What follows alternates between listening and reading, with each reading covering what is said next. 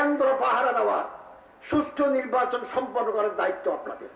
পার্লামেন্টে আপনি যদি আলেম পাঠাতে পারেন, মন্ত্রী বানাতে পারেন, সচিব বানাতে পারেন, দেশের চেহারা পাল্টে যায়। প্রফেসর ডক্টর ইউনূস সাহেবের সরকার আপনাদের পাশে আছে। আপনারা প্রতিটি কেন্দ্রে থাকবেন, যার ভোট যিনি ইচ্ছা করবেন সেই প্রতীকে দিবেন। কেউ যেন ব্যালট বাক্স চিন্তা করতে না পারে, একজনের প্রাপ্ত ভোট আরেকজনের যেন নিয়ে পালিয়ে যেতে না পারে। গভর্নমেন্ট 100% সতর্ক থাকবে, তার ল এনফোর্সমেন্ট এজেন্সি দিয়ে আপনাদের পাশে থাকতে হবে। তো আল্লাহ তাআলা আমাদের তৌফিক দান করুন। আগামী দিন যেটা আসবে আমরা অপেক্ষা করছি, কারণ এটা সুন্দর নির্বাচন হবে। নির্বাচনের পরে আমরা আমাদের পুরনো ঠিকানায় ফিরে যাব।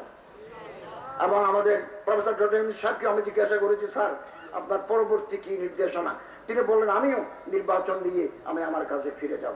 আমরা আগামী সরকার যারা গঠন করবেন, যারা আসবেন সুষ্ঠু নির্বাচনের মাধ্যমে, আমরা আশা করব তারা আমাদের অসমাপ্ত কাজগুলো সমাপ্ত করবেন এবং জনগণের আশা আকাঙ্ক্ষা তারা পূরণ করবেন। কিছু অসুবিধা তো থাকেই, সবসময় থাকে। আমাকে কেউ গুরুত্ব দিল না, তাতে কিছু আসে যায় না। আমি সমাজে এমন অবদান রাখবো, গুরুত্ব দিতে তারা বাধ্য হবে। এই গুরুত্ব আমাকে তৈরি করতে হবে। আমাকে মানুষ গালি দেয়, আজে বাজে কথা বলে, আমি এগুলো দেখি না।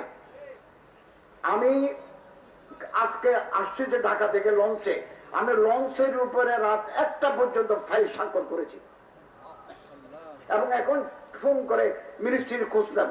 আমাদের রাত দিন 24 ঘন্টা কাজ, 9টা 8টা 4টা কাজ নয়।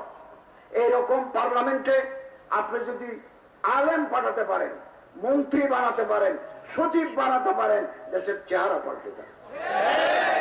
ওই দিন আমাদের অপেক্ষা করতে হবে। এটা হতে পারে ফেব্রুয়ারি, হতে পারে আরো পরে, হতে পারে 2030, 2050। সাহস হারালে চলবে না, সাহসের উপর ভর দিয়ে আমাদের এগিয়ে যেতে হবে। Japan Bangladesh joint venture company JBS holdings limited.